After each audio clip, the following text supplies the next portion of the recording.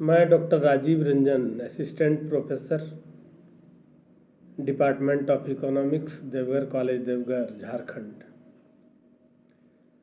आइए दोस्तों, आज हम बात करते हैं दुनिया की आर्थिक प्रणाली का। हम जानते हैं कि दुनिया के जितने सारे देश हैं उन सभी देशों में 3 प्रकार की आर्थिक प्रणाली काम करती है, अर्थात 3 प्रकार की अर्थव्यवस्था पाई जाती है। पूंजीवादी अर्थव्यवस्था, समाजवादी अर्थव्यवस्था और मिश्रित अर्थव्यवस्था।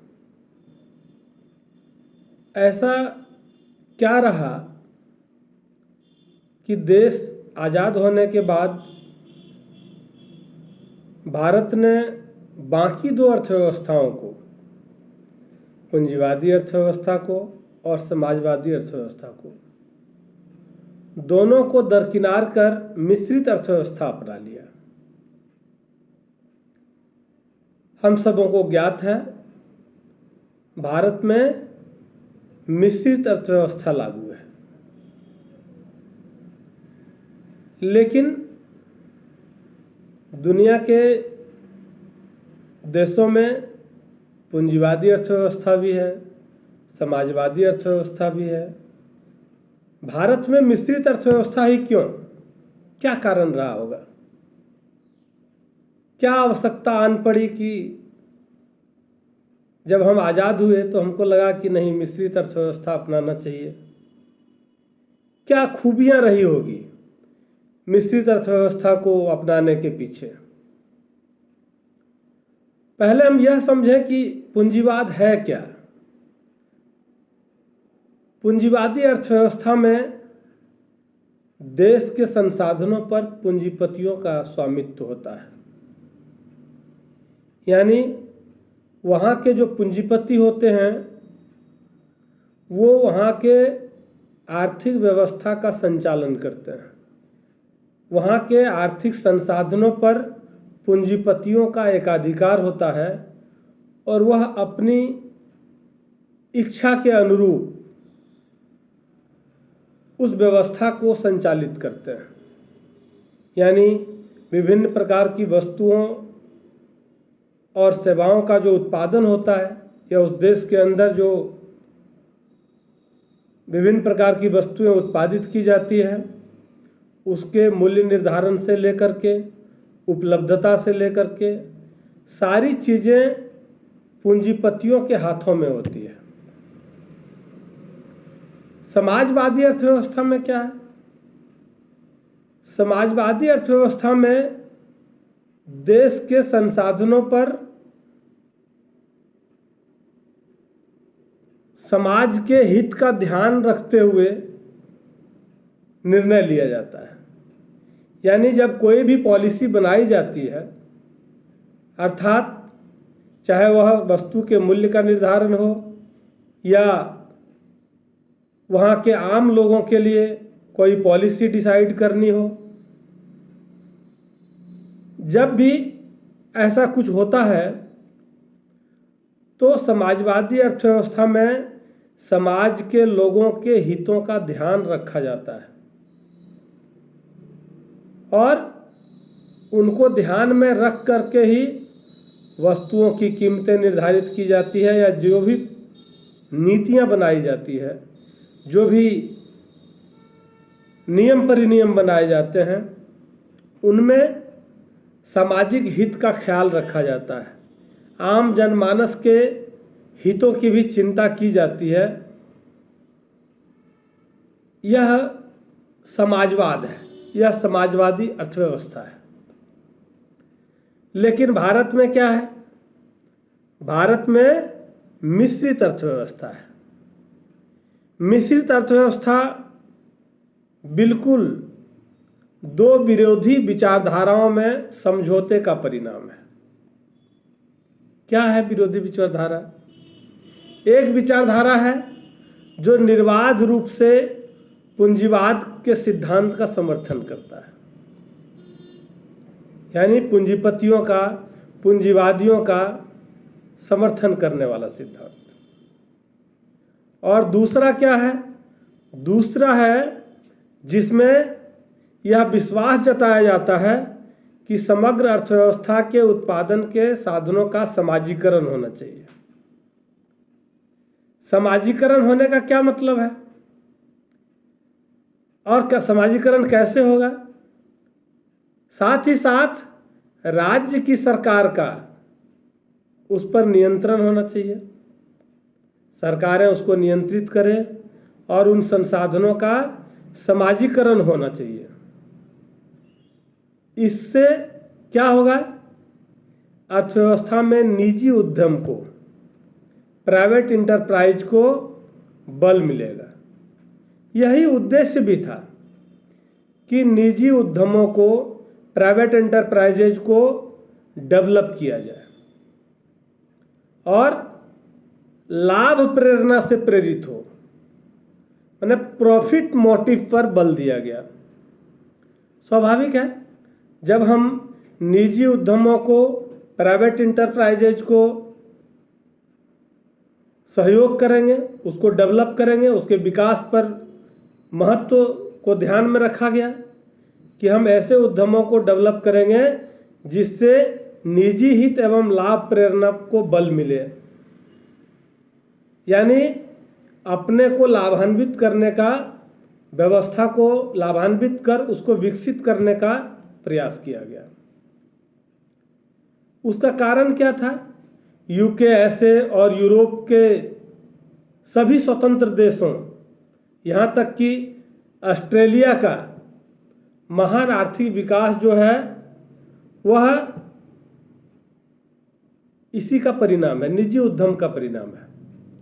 वहाँ कोई दूसरी व्यवस्था नहीं थी, निजी उद्यमों को डेवलप किया गया और उसके कारण आज जो हम लोग यूके या ऑस्ट्रेलिया के आर्थिक विकास को जब हम देखते हैं तो हमको यह समझना है कि इन देशों का विकास निजी उद्यमों को प्राथमिकता देने के कारण हुआ।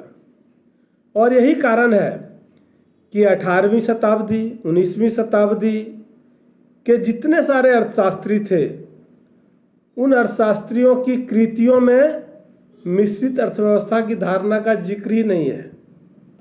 उन लोगों ने कभी मिश्रित अर्थव्यवस्था पर बल नहीं दिया, मिश्रित अर्थव्यवस्था को प्राथमिकता नहीं दी और न ही उसका जिक्र तक किया। क्या कारण रहा?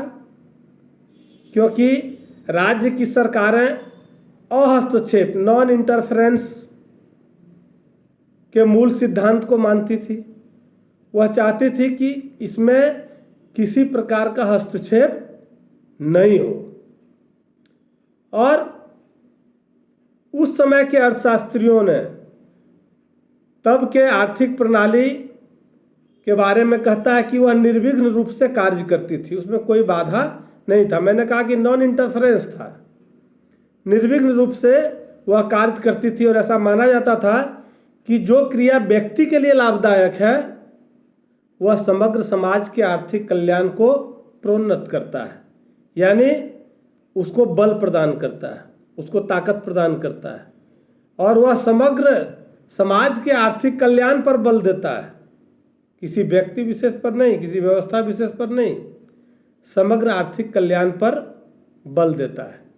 इन विचारों को मार्क्स ने स्वीकार किया, मार्क्स ने भी माना, मार्क्स बड़े अर्थशास्त्री थे, उन्होंने भी माना और कहा कि विकास के लिए समाजवादी सिद्धांत का होना बहुत जरूरी है जो समाजीकरण को समर्थन करता हो। ऐसे सामाजिक सिद्धांत जो समाजीकरण का समर्थन करते हो, ऐसे सिद्धांतों का होना अति आवश्यक है ताकि उत्पादन के सभी साधनों का समाजीकरण किया जा सके और उसका निर्देशन राज्य की सरकारें करें, राज्य की अर्थव्यवस्था करे, उसके निर्देशन में हम करें।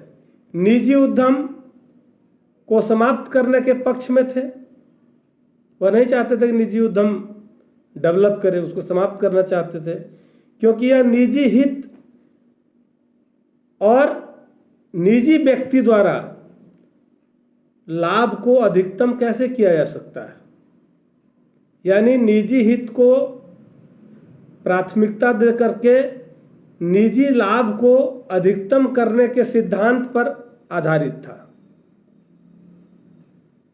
क्यों? और उसे कई प्रमाण हैं, केवल एक प्रमाण नहीं है, कई प्रमाण हैं। आप देखिए,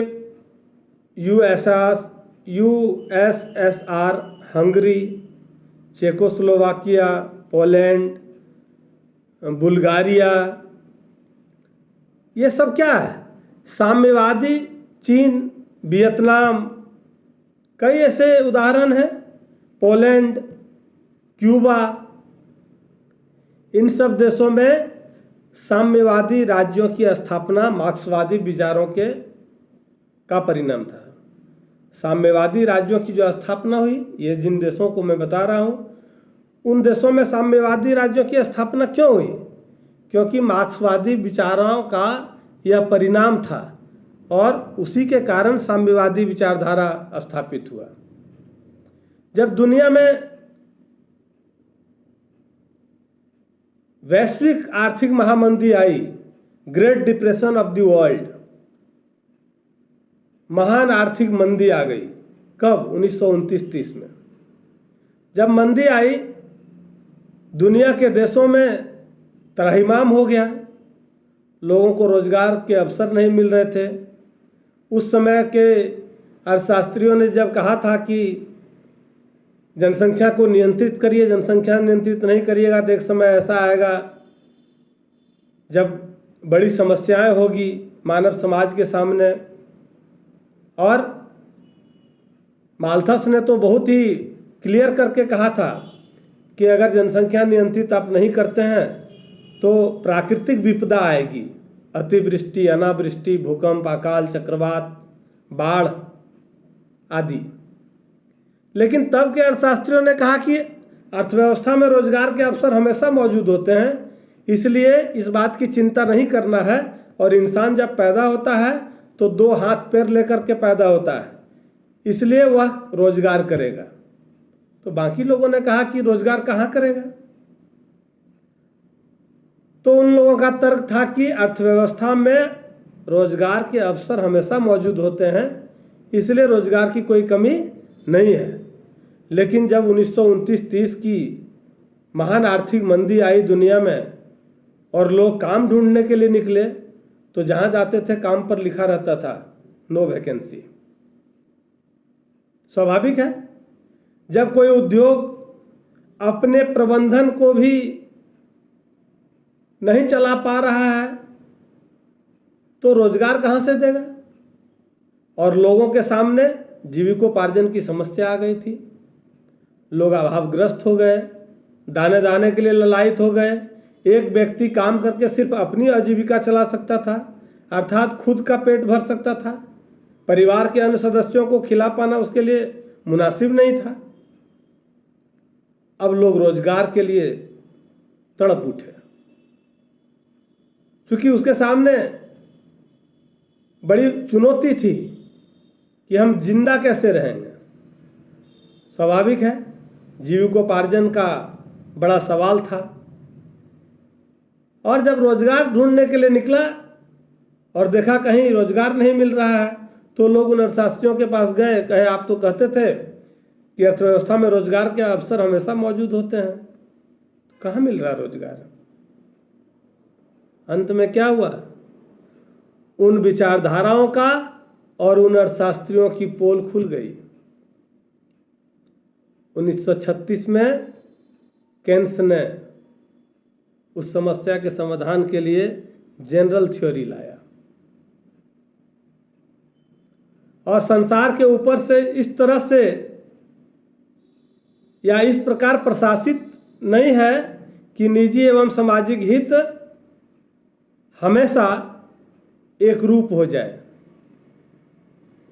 निजी हित अलग विषय है, सामाजिक हित अलग विषय है, इसलिए उसको एक रूप नहीं किया जा सकता है। एडमिनिस्ट्रेशन यह डिसाइड नहीं कर सकती है कि समाज का हर आदमी समान हो, एक रूप हो।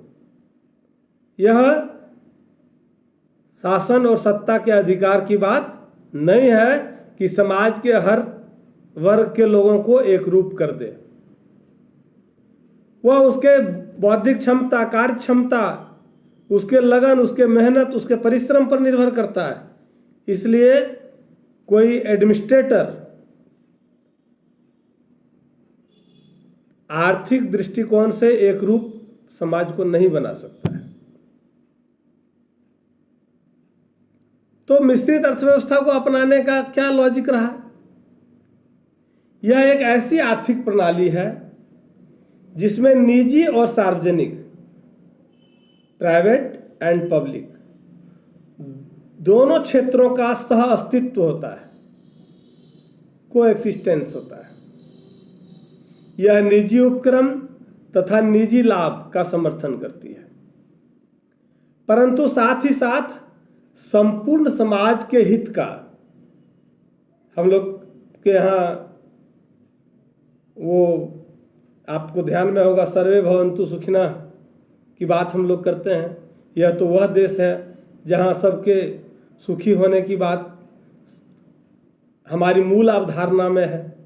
भारत की परंपरा है जहाँ सब लोगों के सुख शांति की कल्पना और कामना की जाती है ईश्वर से। तो सामाजिक हित का, संपूर्ण समाज के हित का, संपूर्ण समाज के कल्याण की रक्षा के लिए सरकार के अस्तित्व को भी महत्वपूर्ण मानती है। कौन? मिश्रित अर्थव्यवस्था। सामाजिक हित के लिए, सामाजिक कल्याण के लिए सरकार जो नियम बनाती है उसके अस्तित्व को भी महत्वपूर्ण मानती है यह व्यवस्था, मिश्रित अर्थव्यवस्था। एक तरह से हम कहें कि पूंजीवाद और समाजवाद, अर्थात पूंजीवादी अर्थव्यवस्था और समाजवादी अर्थव्यवस्था दोनों के बीच का जो रास्ता है वह है मिश्रित अर्थव्यवस्था। जैसे हम लोग चर्चा करते हैं ना कि इंसान में मेरिट डिमेरिट बहुत होता है, तो पूंजीवादी अर्थव्यवस्था का जो मेरिट है और समाजवादी अर्थव्यवस्था के जो मेरिट है उन दोनों को एडॉप्ट कर लिया किसने? मिश्रित अर्थव्यवस्था ने, मिक्स्ड इकोनॉमी ने दोनों को एडॉप्ट कर लिया। जो अच्छी चीज़ें हैं पूंजीवादी अर्थव्यवस्था की, समाजवादी अर्थव्यवस्था की, उन दोनों को मिश्रित अर्थव्यवस्था ने खुद में समाहित कर लिया और देश की आवश्यकता के अनुसार सरकार जो निर्देश देगी उन निर्देशों का भी समावेश है। इसलिए मिश्रित अर्थव्यवस्था की यह प्रणाली जो है वह समाजवाद और पूंजीवाद के बीच का रास्ता माना जाता है। मिश्रित अर्थव्यवस्था में यह भी प्रयास रहता है कि निजी और सार्वजनिक क्षेत्र दोनों संयुक्त रूप से इस प्रकार से कार्य करें, मिल करके, एक साथ मिल करके ऐसे कार्य करें जिससे देश के सभी वर्गों का आर्थिक कल्याण, इकोनॉमिक वेलफेयर बढ़े, डे टू डे इंक्रीज करे और देश में वृद्धि एवं विकास की संभावनाएं जो हैं, देश की अर्थव्यवस्था में देश के लोगों को डेवलप करने के लिए, उसकी आर्थिक प्रणाली को डेवलप करने के लिए, यहाँ की अर्थव्यवस्था को डेवलप करने के लिए, उनके लिए जो भी संभावनाएं हैं उन तमाम संभावनाओं को प्रचारित करना, प्रसारित करना और उसको आगे बढ़ाने के लिए, डेवलप करने के लिए हम सरकार के नियम परिनियम का भी अक्षरशः पालन करेंगे। ऐसे सभी मौलिक चीज़ों को पूंजीवादी अर्थव्यवस्था में समाहित किया गया और यही कारण रहा कि जब हम आज़ाद हुए, देश आज़ाद हुआ, तो भारत ने आज़ादी के बाद पूंजीवादी और समाजवादी अर्थव्यवस्था को छोड़ करके मिश्रित अर्थव्यवस्था को अपनाया। इसलिए हम मिश्रित अर्थव्यवस्था की बात कर रहे हैं। भारत एक मिश्रित अर्थव्यवस्था है। बाकी विषय नेक्स्ट वीडियो में हम लेकर आपके सामने आएंगे। अगर आपको यह वीडियो पसंद आए तो आग्रह है आप सब्सक्राइब करें, लाइक करें शेयर करें, और कुछ सुझाव हो तो उसके लिए भी आग्रह है कि आप वीडियो में कमेंट्स लिखें। मैं आपके सुझाव का सहर्ष पालन करूंगा, उसके अनुरूप खुद को या विषय को लाने का प्रयास करूंगा। इसलिए आप निश्चित रूप से वीडियो में कमेंट्स करें। धन्यवाद।